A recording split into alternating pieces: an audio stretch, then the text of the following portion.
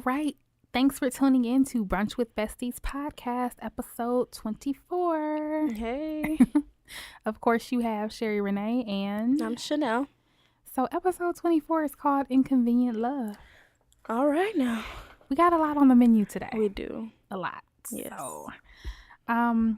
So when Gucci Mane and Keysha Kayor got married, Pastor Toure married them, and he said that they had inconvenient love at the altar. So that's what we're going to talk about today. Yep. But first, we're going to start, as we always do, with a toast. Yes. All right. So who you toasting to? I'm going to toast to our fellow Pattern family, our fellow Everyday Media podcast. One half of the Bitches Love Brunch, Q. Me and her has really connected. She's super dope. I really like her. She's a sweetheart. She was listening to our pod today. So I'm really I like her. She's Deuce is like, now you like it. It is like, that ain't what you said last week. It is all love. The names threw me off, but she is a sweetheart. She's always posting stuff, or I'll post something and we're just going back and forth. And the love is there. So listen to their pod, their Everyday Media family as well. I have two toasts. All right. So my first toast goes to you. All right. Well, come on now. I was listening back to our episode and we were talking about how you started all over, and I was like, you did. I did. Yeah, now you're getting ready to move. I know, right? I was like, Chanel, this was kind of a big year. It is. It's starting pretty good. No, yeah. so right. Because it started real good last year. It did. It really did. And then I was like, then we was on the Titanic. Listen, I was the Mr. Krabs meme. I didn't know what was happening. No, but yeah. But no, I'm proud of you. Yay. I was like, look at all the progress. You did a lot in that year. Listen. Moved to a whole nother city, started completely over, new job.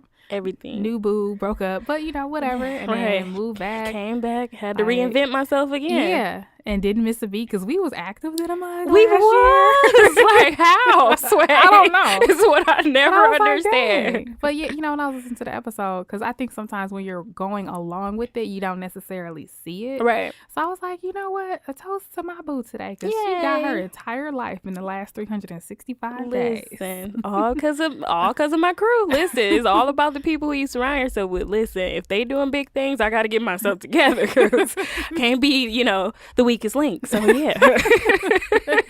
You are not the weakest link. Right. I don't want to be the weakest link. So I know that it's Nadia. I'm just playing.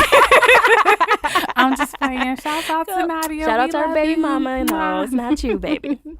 And the other toast goes to Scarlett. Yes, Scarlett Olivia. So if you guys have a chance, please check out her blog. It is ScarlettOlivia3.tumblr.com. So that's ScarlettOlivia3.tumblr.com.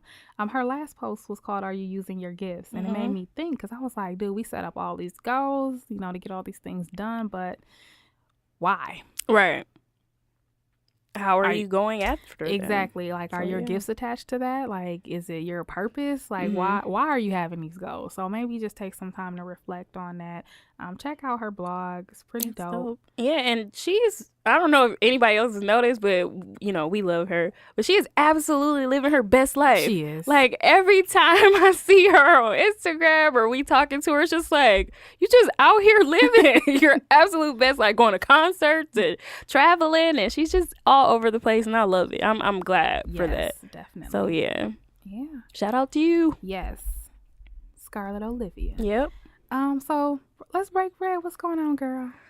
Well, you mentioned I'm moving this weekend, and I always move in the winter. I don't think I've ever moved in warm months. What do I be thinking about? Who does this? I think you be thinking it's the new year, it's my birthday. Let me get myself together. Girl, Let's move. A mess, and it's probably gonna blizzard, and now I have to move. So yeah, so that's what I'll be doing. I'm trying to get myself together, and again, shout out to my mom. She's just what you need. Let's go do this. So she is everything. So yes, moving, it sucks. So if anybody wants to help, after this airs, you can come over to my house and just be like, hey, what you need, and then I'll let you know. That's so So funny. listen. Yeah, my recommendation would be hire a moving crew. Listen, well, when you work for the company you work for, you can do that. But when you work where I work, it's No. you got some cousins and some friends. Because we ain't got it. Because then that way you can just point. You know, you ain't got to do nothing. That's but tight. actually, it was my dad this last time. Oh, okay. Like, he did that. It wasn't me. Yeah, you be That was my moving like dad. I just be like, what? Like, Yeah. And then that way, like I said, you can just point. you right? Yeah, Hey. put it there. Because man, I'm telling you, moving, that's the thing where nobody will volunteer. It's to help the you do. worst. Like, yeah, people. I don't even ask. Like, I don't even ask people because I'm just like, look. And I don't ask it. Like, who wants to help somebody move? Like, that's dumb. No. But of course, if you need help, I will be there because you're my Girl, boo. no. Lakeisha asked me too. Shout out to her. And I was just like, girl, no. Like, I really only got clothes, so don't even trip. I mean, hey, if you want me to help move some bags, or hey, something, just come over when we done. Maybe bring some wine and, let's we decompress. ain't gonna unbox nothing. We're just gonna be Nothing. drinking wine. Exactly. So for me, I'm getting ready to go to a MLK Day breakfast. Yay. So when this airs, I believe MLK Day will be the next day. Yep. So one of the things that we're doing, Harley Davidson has a Healthy Citizenship Award that goes out to different recipients every year. So I will be at the Italian Community Center for MLK Day. There's a breakfast. So Nice. 10 o'clock till noon. And then Wait, you're getting the award? no, I was about to we say. have an award that's given. You know how so we sponsor the award. Oh, okay. Right. So someone will receive the Harley Davidson Blah, blah, blah, blah, blah. Yeah. Okay. Healthy Citizenship Nice. Award.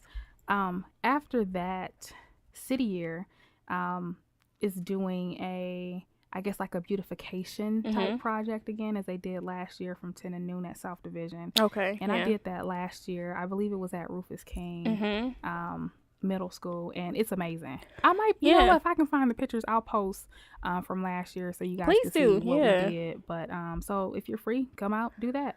Please do, yes. If you're not, I mean, you already have plans, but make sure you're doing something because MLK Day is definitely all about service. So you want to make sure you out doing something. So yeah. Yes, definitely. Now it's time for the tip. All right. So this episode is brought to you by Audible. So as you guys know, we have a book club right now. We are reading The Last Black Unicorn by Tiffany Haddish. You can download your free 30-day trial by using our code. The link is www.audibletrial.com/BWB. BWB as in brunch with besties. All right. Tea time. Nice. Inconvenient Love. Inconvenient Love. Oh, yeah, that's what it's called. You like it's something, I don't know. Right. No, I definitely had Inconvenient in my head, but it's funny that it's called that, Inconvenient Love, because, Because what? Well, when you think about inconvenient, I think about, like, annoying. Like, I don't think, I wouldn't associate those two words together. Okay. So, inconvenient and love Oh, together. yeah.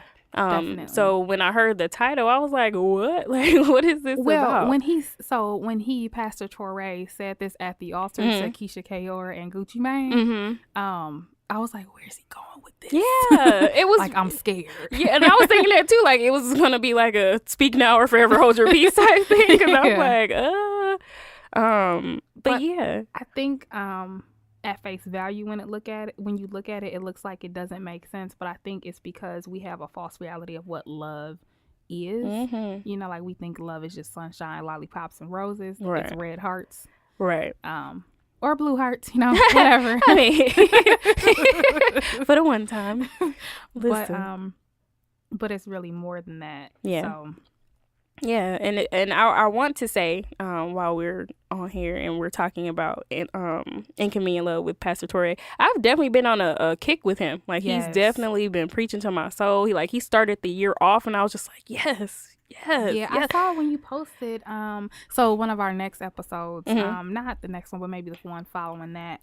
The sermon that he did was called. So he has a book called Wholeness. And his message was called Sexual Wholeness. Oh, yes, y'all. And I believe it was posted on your On my birthday, yes. And I was like, he is definitely Yeah. preaching to my whole soul. So yes, be on the lookout for that one. That one is I gonna can't be wait for that one. Yeah, because it's a lot I want to say.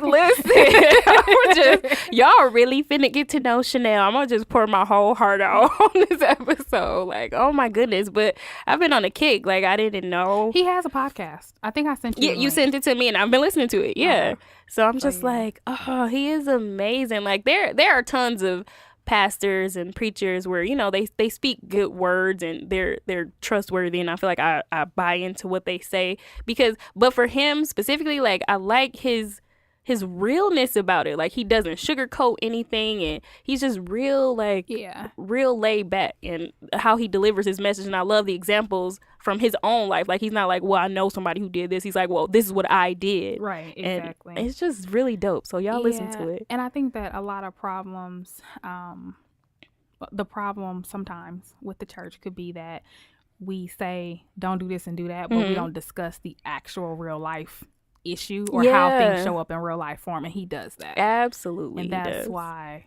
I love him and Sarah. Yeah, his wife. Yeah, she's amazing. When she speaks, I don't know. I don't know. I'd be like, everybody shut up. Yeah, like, and that's I how need to listen to this. That's how I feel too. They're so relatable, and it's just like, wow, like, God is good. So yes, that's that. But yeah, so shouts out to them. Absolutely.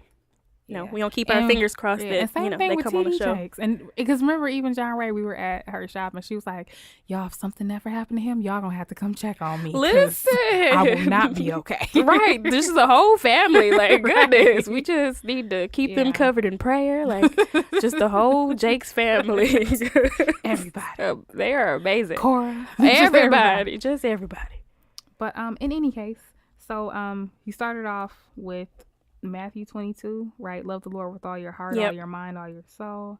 Love your neighbors. You should love yourself. And I think that's something that we hear all the time. But in one of our previous episodes, you and I were talking, and we were talking about how sometimes maybe we're not asking the right questions with God. And I listened back to that episode, and I was like, you know, you said to me, well, Sherry, what should we be asking? Right. And I didn't really answer completely. I think I said, you know, like, find out, like, if he has friends and, like, things like that. But then later you were texting somebody, some guy, and then and that's when I was like, ask this, ask that. But it was more so about you know, like, what's your purpose, right? What's your passion, you know, things like that. What are your goals? You know, just kind of getting a sense of questions more so to figure out what type of heart they have. Do they have a forgiving heart? Do they have a loving heart? Do they have a giving heart? Right. You know, and so one of the things that Pastor Toure talked about was looking at the heart. Yeah, and I love that. Yeah. And I think I wrote that in my own notes, where he talked about just what kind of, like, if you have a loving heart. And when he said that, it definitely made me think about just who I am as a person. Like, I definitely wear my heart on my sleeve. And he was mentioning that too, during the sermon, that, you know, the heart is wicked. Like, it tells us that in the Bible. Like, don't put everything on the heart, because it changes. Those feelings change. But it was just like, wow, like, to really give myself off and to show the love that I show to people, and just how I outwardly, like, express love to just anybody. I feel like I thought that was super cool, because he mentioned that love is not an emotion. Exactly. Yeah, so I think that was a misunderstanding of a lot of people, and even for myself. And when he said it, I was like, what? It's not? Like, I've been lied to my whole life. Like, what is life? Like, I don't know. But when he said it, it made sense, because love is not an emotion. It is what it is. Like, love is an act. Like, it's a being. Like, it's not just some little emotion. It's funny that you say that, because I remember when my first boyfriend that I broke up with, I was like, I thought I was gonna die, right? Girl, tell me about it. Listen. You throw shade at me? No. Well, I'm like, I can relate. Like, okay, I'm like, listen. Are you relating, or are you recalling when I broke up? You already know. Both.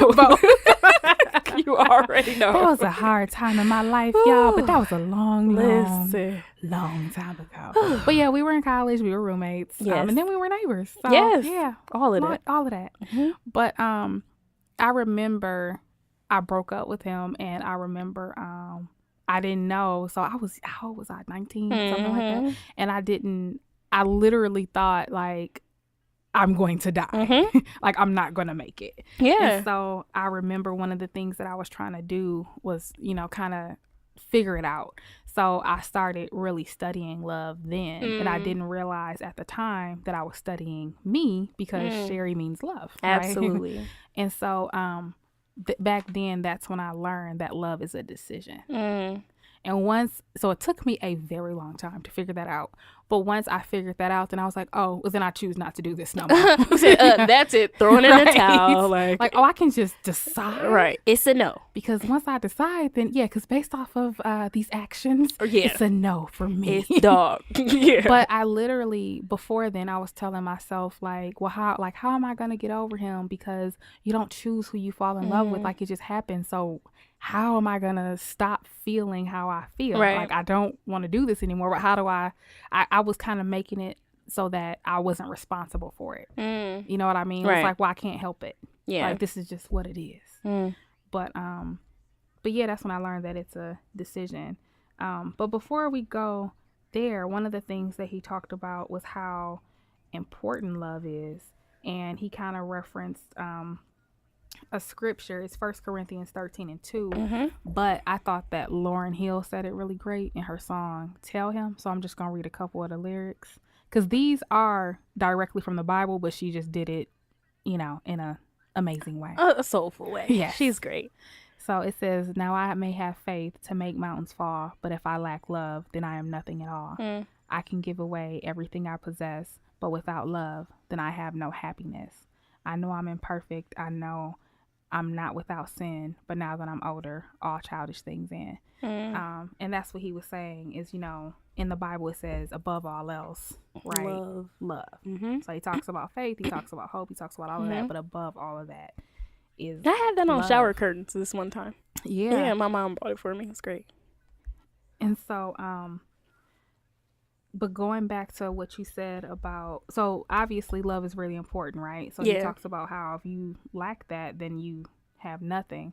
But Pastor Toure also talked about that's why the saving scripture for everyone is God so loved the world that he gave his only begotten son, right? So he was showing his love. Yeah, by doing that. And that was inconvenient love. It was. And it wasn't because, I love you. It was like, no, this is love. Yeah, this is love. Right. Yeah. And to speak on that too, going backwards kind of, where it says love is not emotion, he said it's an identity. So an emotion is subject to whims, he said. Exactly.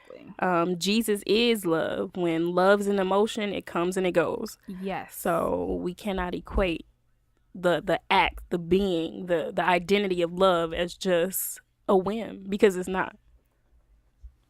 And one of the other things, this was an earlier sermon that that TD Jakes talked about, was he was like, his example was, sometimes you feel like a nut, sometimes you don't. Yeah. 'Cause he was like, sometimes I don't feel like being married. Sometimes I don't feel like being a pastor. Sometimes I don't feel like being, a father. So, Right. But it's something that I choose every day, and that's what love is. Gotcha. Right. So sometimes I don't want to love you. Right. I don't feel like it.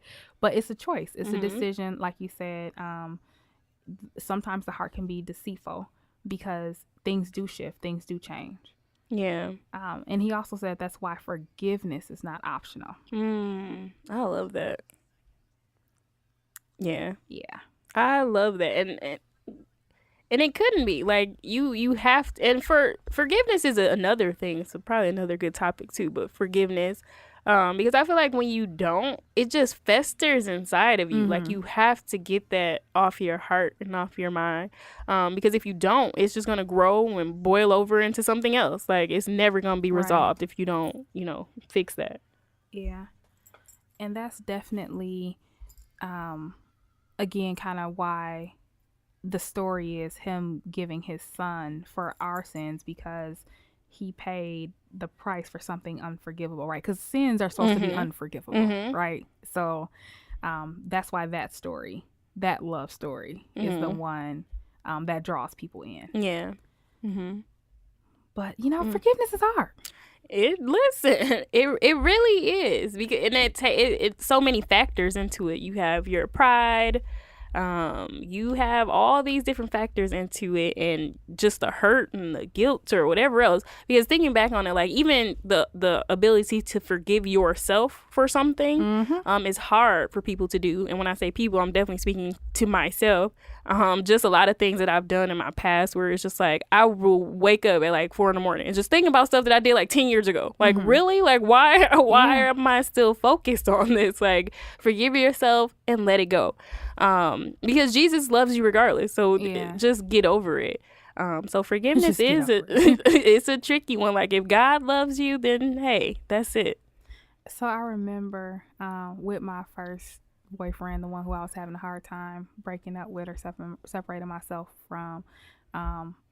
So he cheated on me, right? So there were a lot of things, but that was one of them. And one of the things he said was, if you really loved me, you would forgive me. And I remember on one call I said, well, then I must not love you. Right. Because I don't. Yeah. I just kind of don't. So that's that free will. I mean, at this point, I don't. No. I'm 19. Right. I kind of think that I could probably do better. So thinking back on it, like, do you think that was love? So now that we have, there we go. But see, back then, that's what I thought. Absolutely. At 19, back then I definitely you did. And I mean, and don't get me wrong, we had a great time. Oh, sure. You know what I mean? But I do think that there are times of test and times of trial as well, and it'll show you, because one of the things that he talked about is that we want a love where there's reciprocity, right? You do this for me, I do this for you. So while things are good, then we're gonna call it love. Yep. But the moment that something shifts, then I'm done. It's a whim. Yeah. That's that whim. Like that's not what it was. Yeah. And so when that happened, that was a whim. Yeah. For me. Yep. So, absolutely. Don't get me wrong. Like, I wasn't just like ice cold, right? I was crying. I thought I was going to die. Girl, been there. Been there.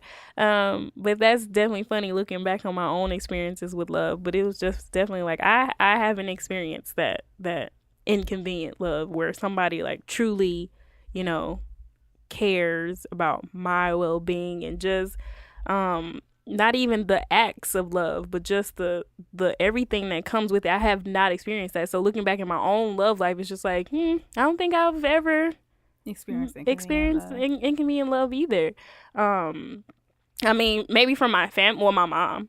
Not even so much from my family, but from my mom. For somebody who's like, I will die for you. Like, right, yeah. I'll do anything for you. Or like just her, nights where she was like, I'm not gonna have dinner, I need to make sure my kids eat, like stuff like that. Like that's that inconvenient. Like I will lay down my life for you. So I've experienced that with my mother, but like as far as like a relationship with a man, no, nobody ever did that. It's a no. It's a no. Those were whims. It was fun. I'm not gonna say what it was. And it's even funny, like thinking about my son's father, where I feel like while we were together, we thought we were in love. But like looking back, it was like, no, it was something else. Like that's definitely not what it was. But now that we were raising our kid and we kind of have this different relationship, that we were like a co-parenting family, it's like I would, like if something happened to him, like I would like go crazy. Because we're great co-parents. So now we have this like different aspect of love.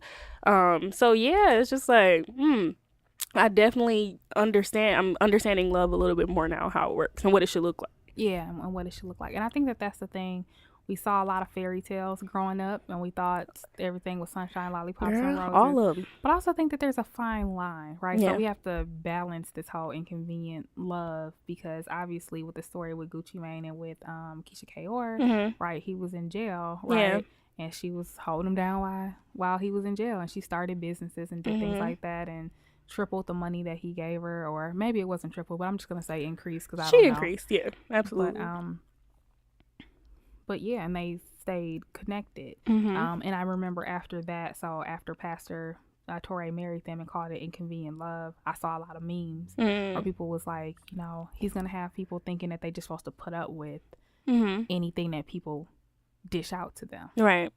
And I don't think that was the intended message. No. But I think that what he was saying is your love made it through a lot of tests. Absolutely. And, so that's the thing, is kind of knowing when to say when. and it reminds me of the episode that we did with Bridget and Major, where, you know, things weren't working out right. She was like, hey, this isn't good for me. But she was like, but I love him. So that, you know, so she was trying to figure that out. Right. And then, you know, she kind of came to the conclusion of maybe we were supposed to be friends. Absolutely. That relationship is different. She changed the nature of the relationship. So still saving the love. Right. Right. But still avoiding the hurt and the pain. Right. Right. I feel that. Yeah. Just having a way to manage through that. So yeah. So don't think that guys are definitely not telling you to take the scars and to get beat up in these relationships. That's not what we're saying. So no. Right. Don't do that. But I will say that forgiveness is definitely powerful, and that's something that I eventually had to do with him. Right. Yeah. And then I was just like, well, I do forgive you. I just still don't want to be with you. You know, and there's nothing wrong with that. Like, listen, I can forgive you. I don't want to see your face. Like, go about your business. Right. I will go about mine. Yeah, like we good, but just not together. Absolutely. There's nothing. Turn it off. So yeah. One of the things that he also pointed out, or I don't know if he necessarily pointed this out, but one of the things that we know is that God won't forgive you if you don't forgive others, and he won't hear your prayers. That's a good one. So that'll kind of keep you kind of stuck sometimes. Even if you haven't forgiven yourself, because I think that, again, that's a lot of my problem of why I kind of like block my own blessings, because I just dwell on stuff that I did years ago, and it's just like, girl. Like what?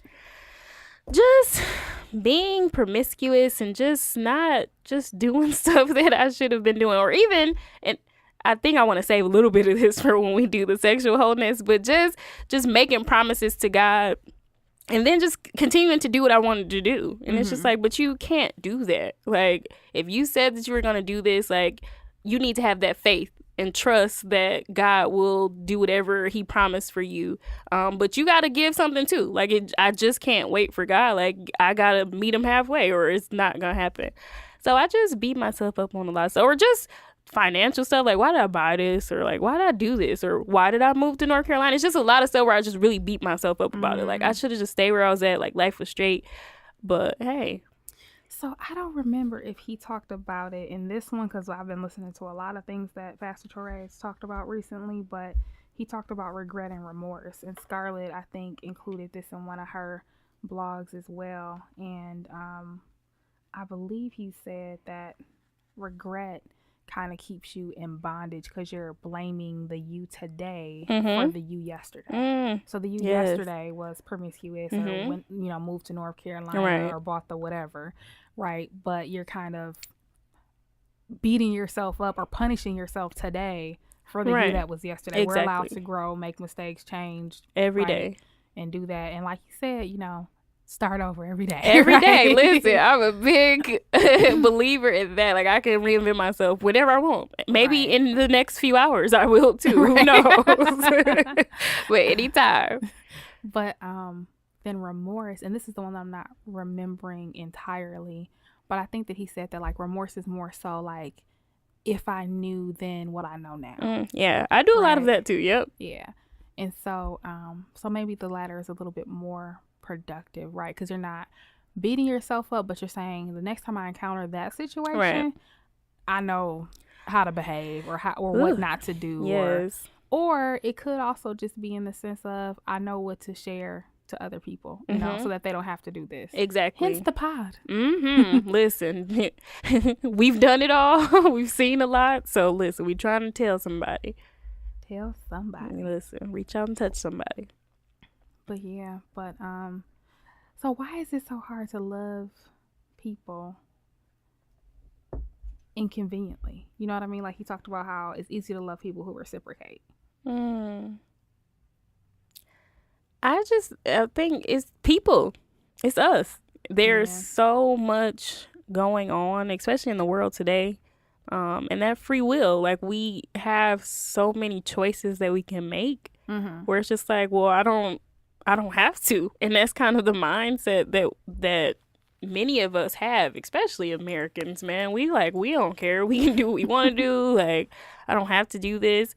So that's why I think it's so hard to kind of find that, because everybody's doing their own thing. Yeah. Yeah, I agree. I think that we do kind of live in a selfish society.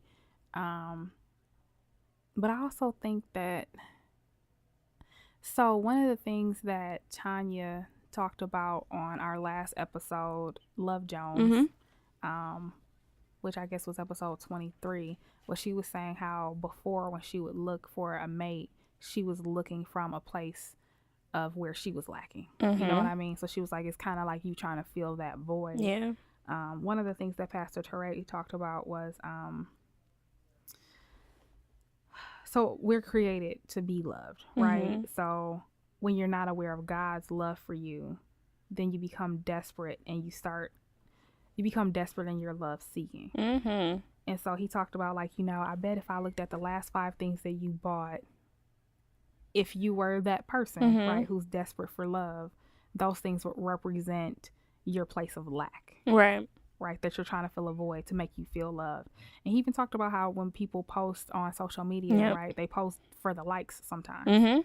Some people are just going to post what they want to post because they like it and they want to post it. Right. Even if one person liked it. Exactly. But some people, if this one got me, 300 likes and that meant going nude, then I'm going nude. Got to do it every time. Right. Or I'm going to follow suit with whatever else is getting a lot of likes. Right.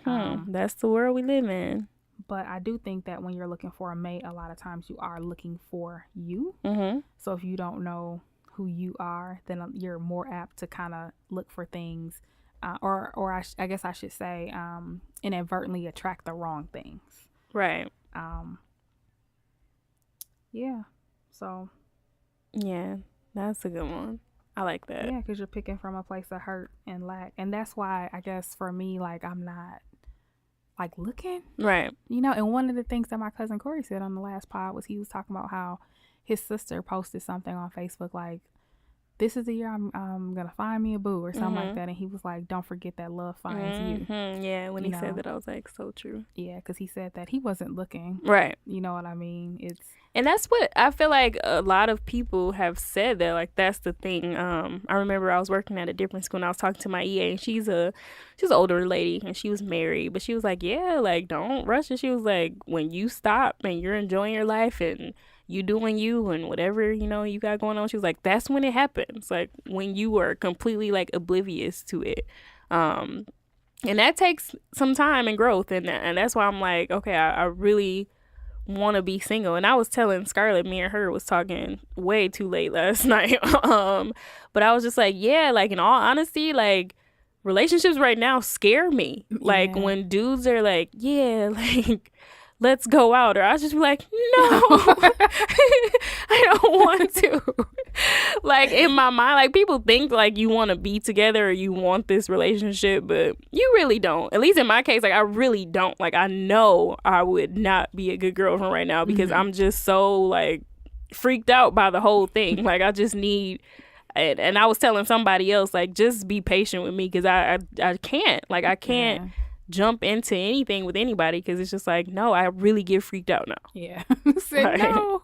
There's a meme. It was like, when you think jumping into a relationship is a breeze, and it's this little boy on a diving board and he's like freaking out on a diving board, and that's me. Like it's funny, and it's like a wading pool probably. Yeah, right. He could stand up and just be fine, but that's absolutely me right now. Like, no, I'm scared. So yeah. It finds you. It will. It will. And that's that faith factor. You have to trust God and believe that is what's going to happen. Yeah. But I also think, one of the things that he also said was that if you are looking for it, then you may not be aware. Like you don't understand how God loves you. That's true. He was talking about how you can be loved and not feel loved. You're not conscious of it. You're not conscious of the love that God has for you. And so that's why you start seeking. Yeah, I've definitely been in that place before. But then looking back, it's just like how I managed to like bounce back and get myself back through things is like, that ain't nothing but God and his love for me. Because it's just like, listen, I could be in a different place, but God, man, he is real, and that love is real. So when you are down and out and you're like, oh, I'm so sad, like they broke my heart and nobody loves me, like think about that. Like really think about all the times in your life where you was just like, I don't know how I'm gonna get through this, or how I'm gonna do any of this stuff, and there's a way. And Yeah. that's that love from God. Like, he like, I got you. Like, chill. Right. Didn't think you was gonna make it. Didn't have to do it, but he did. But That's he what did. Triana would say. If she was here. Listen. But yeah, so he said you kind of need to get to that place where it's like, I love you, but I don't need you. Woo. Yeah. Listen. Yes. I don't see nothing wrong with that. I can love you, but I don't need you because I'm loved by the Most High. So, Yeah. So then he also talks a little bit about jealousy and how it comes from being impoverished in love. That's Yeah. interesting. So That's interesting. So he was saying how your relationship with God heals your relationship with yourself. I would, yes, definitely agree to that. So jealousy says, I am not. But when you know who you really are, Right. you don't have the need to have that jealousy. Yep. But That was a word. Hope y'all taking notes. Yes. Yeah, he was, man. That was a word. I'm telling you, I had to rewind a couple times. Listen. So I was like, wait, run that back. What was that? Say it again.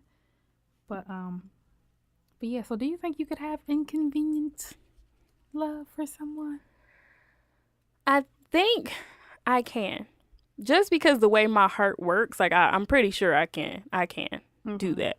Now, right now, like I said, like getting over the fear of exposing my heart again is a little tricky because, again, you cannot put trust in the heart. I mean, those feelings change. And for me, it's just like, well, what if I make the wrong mistake? Or what if I meet the wrong person? Or what if I'm always thinking like, okay, I'm trying to piece everything together when it should just be like, well, just chill. Like, just let it happen organically. But when you've given your heart so freely, now I'm really like guarded about it. Like, now it's just like, no, I can't. But then I start to think like, what if I'm being too guarded and then I'm missing a good opportunity? Right. So then you're like, okay, well, what do I do? And then that's where it comes in, where you just need to make sure you're listening, and not just listening, but listening to God's words, and it'll come out. But to get to that point, I think I'm still working there. But I think I can love inconveniently. And when it happens, like, I know it's gonna be tight. Like, I already know. Like, it's just gonna be great. So, but right now, I don't know. So why do you think you gave your heart so freely? I think that was something learned from my mom. Like, she's very much so like that. And I've also blogged about that, like, who taught you how to love? And she definitely did. Like, again, she'll give you the shirt off her back and just not even think twice about it. Like, here you go. So that's totally how I am too. And she's very expressive of her love too. Like, oh, I love you, or like, I'll talk to my friends, hey, I love you, I'll talk to you later, bye. Okay. So it's nothing for us to kind of show that. So she was definitely a component of how I loved and where I got that from. Right. But do you think, so you said like, oh, I don't know, I guess my interpretation of what you said was that it was kind of in a negative sense. Do you think that there's something wrong with that? No, I don't think it is. I think it can be, because then people use that, like they suck that out of you. And I feel like that has happened to me, where people kind of gravitate towards me because I do give off that light and that loving energy, and then they take what they get, and then it's like they bounce. But then that's leaving me empty. Yeah. Like, and now I'm really like, no, like, I cannot continue to share my heart that way. Yeah. Yeah, I think the wrong people will definitely take, and then, like you said, bounce. But I think with the right person, right, then that's probably you at your best. Exactly. And that's why I'm just like, that's who you are. Exactly. You know? Like, when God fulfills his promise to me, like, it's gonna be so tight. Like, I'm really excited about it. Like, just the love, and I know it's just gonna be amazing. So, because that's how my heart works. He talked about how, so you're talking about fear. He talks about how perfect love casts out fear. Yep. That was, I got that from Charm too. So when he said that, I was like, he was watching Charm. No, that's from the Bible. I know. Okay. he wasn't watching no Charm. But she Pastor Toure, I would like to apologize. Chanel, come to the front of the congregation. Listen, let's pray for me.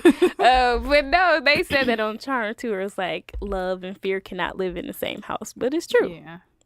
That's funny. So Yeah, so he was saying when you have that fear, that worry, that anxiety, that over obsession, just worrying about the opinion of others, it's evident that your knowledge of God's love is lacking. Absolutely. And I've totally been in that situation. But then it takes you to realize, like I said, everything that you've been through and accomplished, and just be like, somebody does love me. And I feel like for those of us, and I'm including myself, who grew up without a father in the household, like that was a big proponent of me to be like, even though I don't have this earthly father and he was never around, but I do have a father in heaven that he's looked out for me every single day of my life, whether I recognize it or realize it or not. Like, it was happening.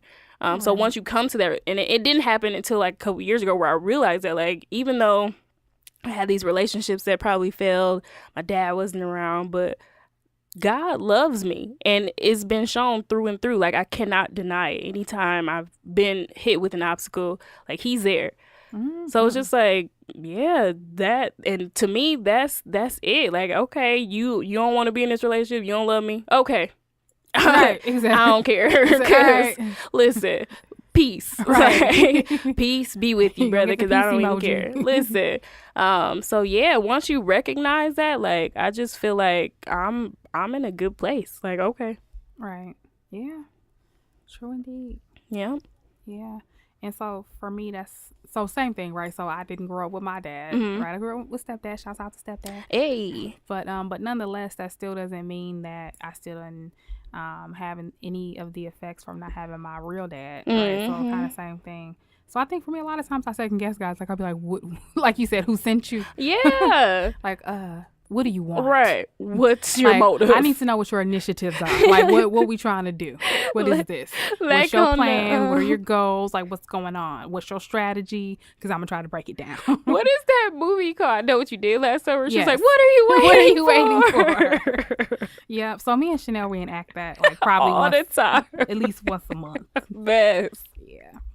But, so when I learned that Sherry meant love, I was like, okay, well, what does love mean? Right. And it's 16 things. And I think we talked about this before, but it's patient. Yep. It's kind. It does not envy. It does not boast. It is not proud. It does not dishonor.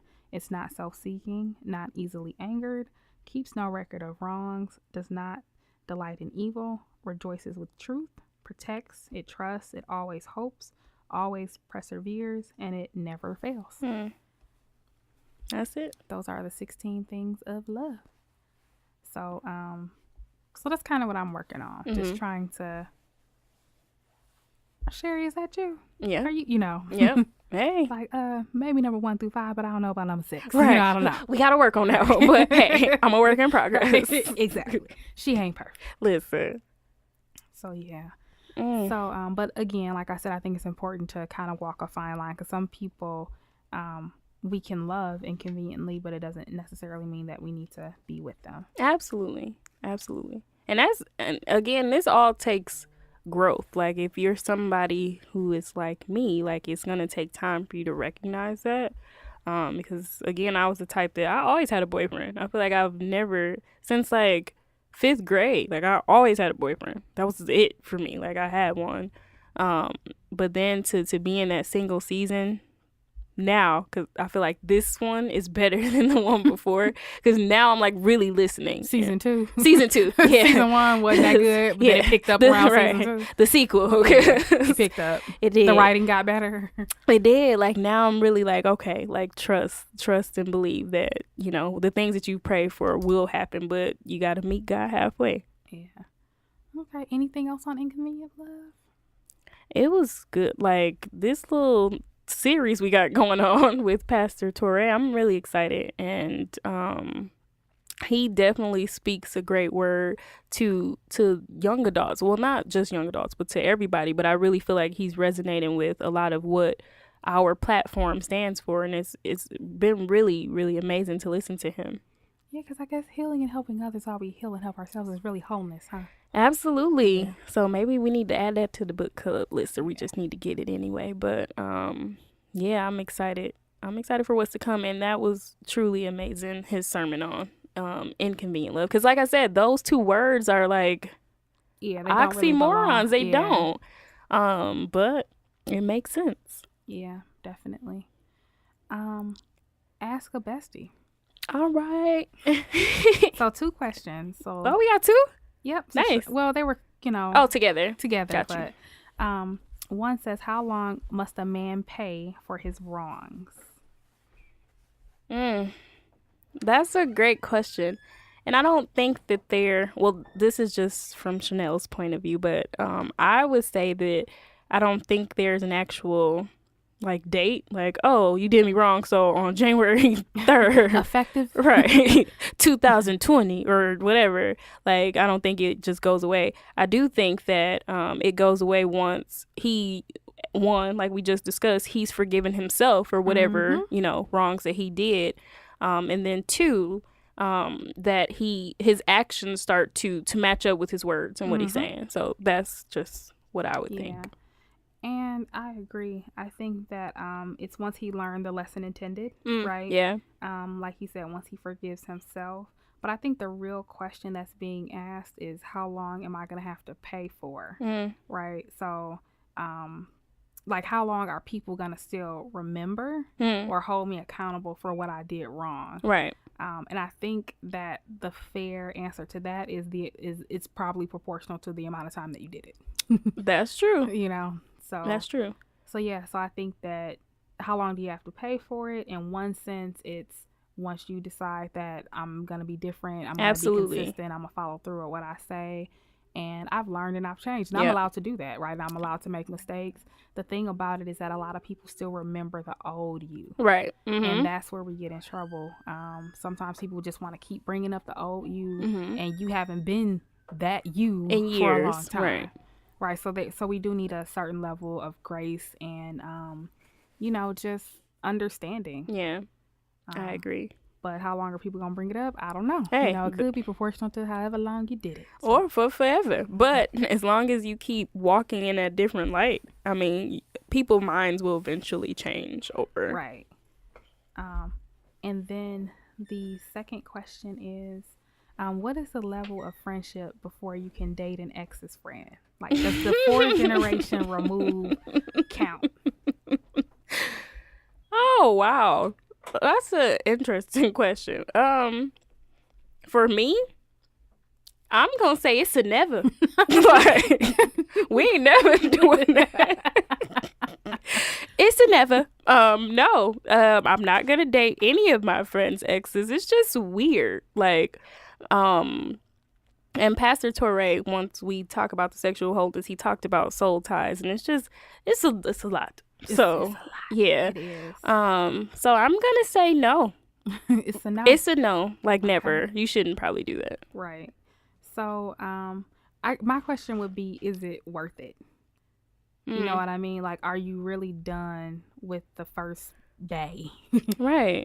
Because once you cross that line, you can probably never come back. Right. And what kind of friend But so the question is, what level of friend? So I think that he's talking about, so I was trying to see, like, just to kind of put this in perspective in terms of level of friends. There are some people who are just acquaintances, right? Some people that are more casual friends. You have close friends, and then you have really intimate friends. Okay, so how long can you date a friend? No, he's saying, what is the level of friendship where that's okay? Where it's okay for me. So let's just pretend like me and you are not as close as we are. One of your exes wants to date me, but maybe we know each other, but we're not like, BS. We don't have a podcast together. We were not roommates in college. We have not snotted and cried in front of each other. Yes, we have not snotted and cried in front of each other. Gotcha. We have not seen someone have a baby. Yes, we have not seen. Gotcha. Your mama don't take care of me. Stuff like that. Stuff like that, Hey, your mama don't yell at you when you don't wear a shirt on New Year's Eve. Just to be clear, I had on a shirt. You didn't have on a shirt. I didn't have on a shirt, guys. But hey, I didn't have on a bra. But whatever. It was a look. Listen, we was going for a look. We was cute, we was fine. And we too old for stuff like that now. I swear. But yeah, I'm gonna still say it's a no. Okay, so for you, if you know the person, if I know them, like, no, cause listen, we live in Milwaukee and it's small. It's very small. We all know each other somehow.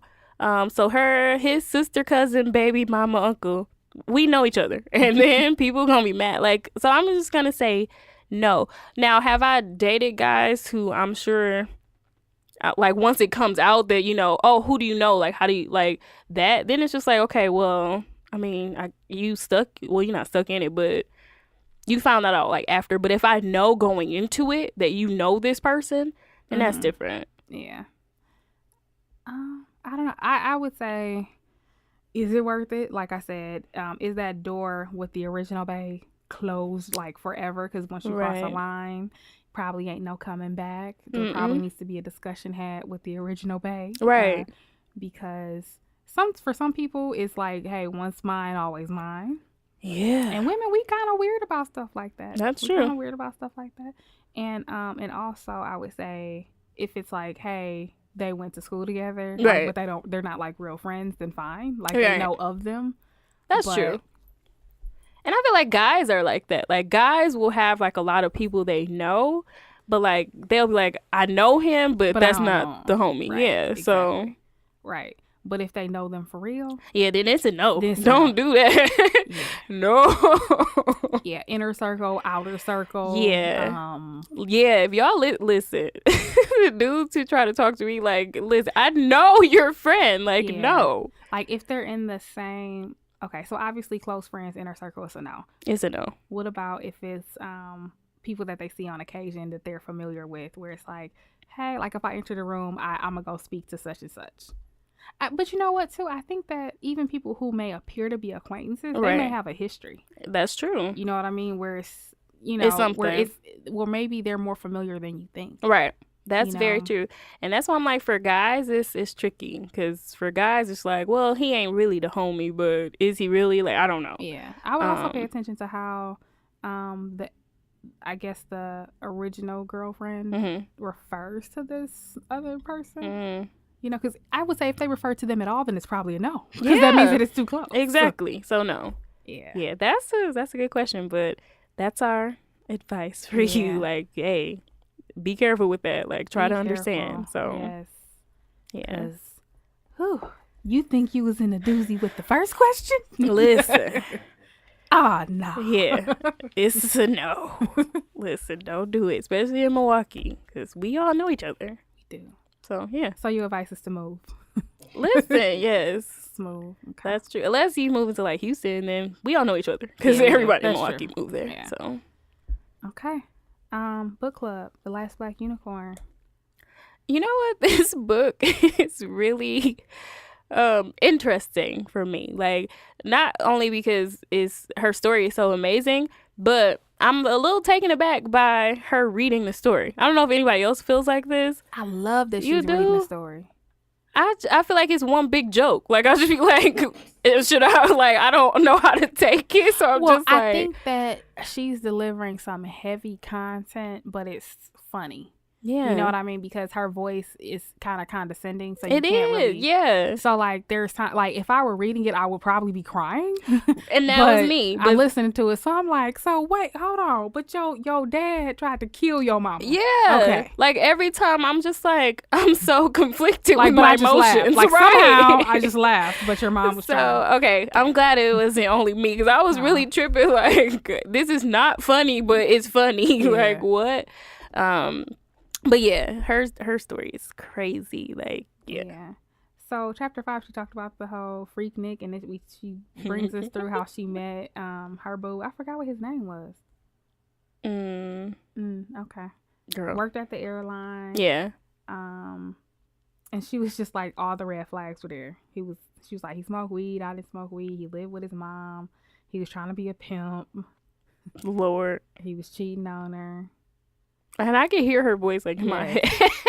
He would just take her car and be gone for days. Ooh, that's some baby boy type stuff. Yes. Yeah. Yeah. She ended up getting pregnant. Yep. Had that abortion.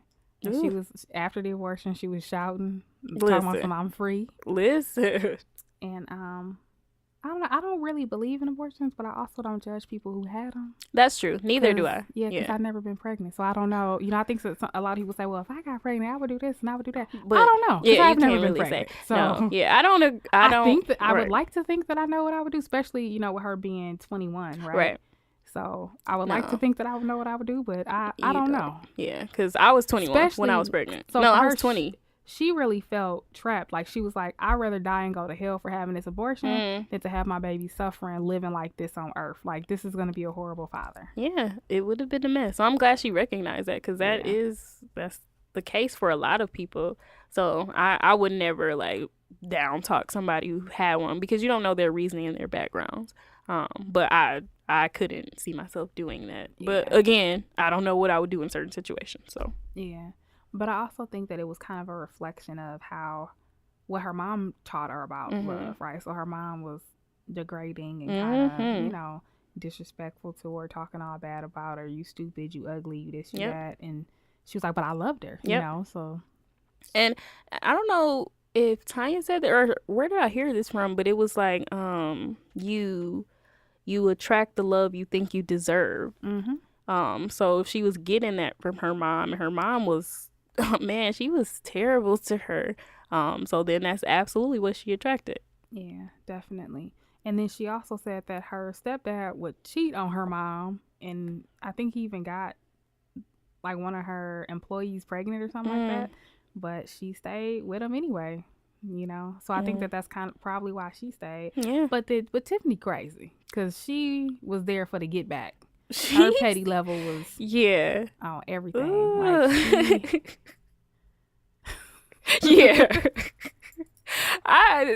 to be that mad at somebody to do something, like what? Like, I don't think she did a couple things. Like, so she had like some short-term and long-term strategies with the get back. Like, long-term, she did, like, for real. She was like, Q1 we gonna do this, but by Q4. So one of the things that she did is so he thought he was a pimp. Her ex-boyfriend thought he was a pimp. So she pimped the girl that he was pimping. That was more of a long-term strategy. Like, what? Like, she legit like went out, found the girl she found out where he was lacking, like in the business area, like, because he wasn't giving the girl money. So she was like, well, I'll get you this much money. So she goes and becomes a better pimp so bad for the girl that he was pimping. Who does this? Tiffany Haddish. That was her long-term strategy. See? And then in the short term, Christmas was coming up, and so she found a sex tape that he made with the girl who he was pimping, and it happened to be recorded on her birthday. So she got what movie was coming out? Charlie's Angels. So she had the movie edited and put in a clip of him and the other girl and sent it to all his family members, 15 members of his family.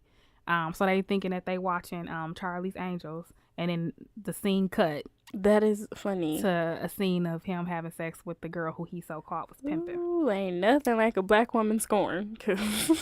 Yeah. And then in the near short term, listen, she decided to fake like she wanted to get back with him. Ate some corn. Good. Cannot corn. Corn. Didn't even chew it. Just was like, that's how you know you swallowed it whole. Yeah, listen, a matter of fact, I'm gonna swallow this corn whole, because I want you to know that this is some human all corn. Right. Yes. It's crazy. Like that takes some anger. It does. Yeah, so she defecated in his Jordans, and you know how guys feel about their Jordans. That, like, you have to balance and like just like that's the ultimate squat. Yes. Like, oh my she was goodness, getting her squat on. That's crazy. Yeah, she was mad. AF. Yeah. So that was pretty angry. Yeah. So she was like, so needless to say, after that, we never got back together. Of course not. Listen, I'm surprised. Listen, I'm surprised you ain't going in the trunk for that, because that's a lot. Yeah. Like, you doing the most. Now I got to go to my trunk because you tripping. Yeah, exactly. So, yeah. But yeah. But I would say if she were to stay with him, that would not be a good example of inconvenient love. No, at all. There's so much wrong with him. So yeah, at all. That's the opposite of inconvenient love. Yeah. That ain't even love. That was a mess. That was some drama. Yeah.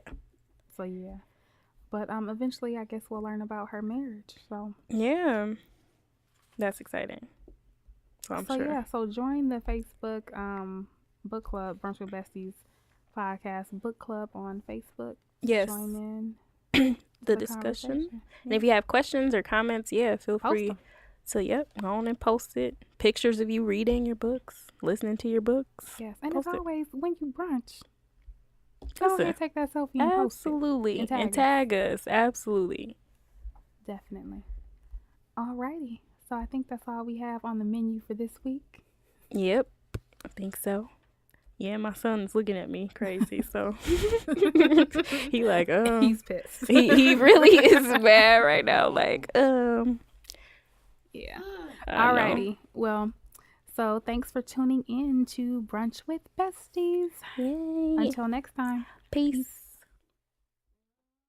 Thanks, guys, for listening to Brunch with Besties podcast. Be sure to find us on iTunes, Stitcher, SoundCloud, iHeartRadio, now YouTube, and Google Play. Basically, we airware.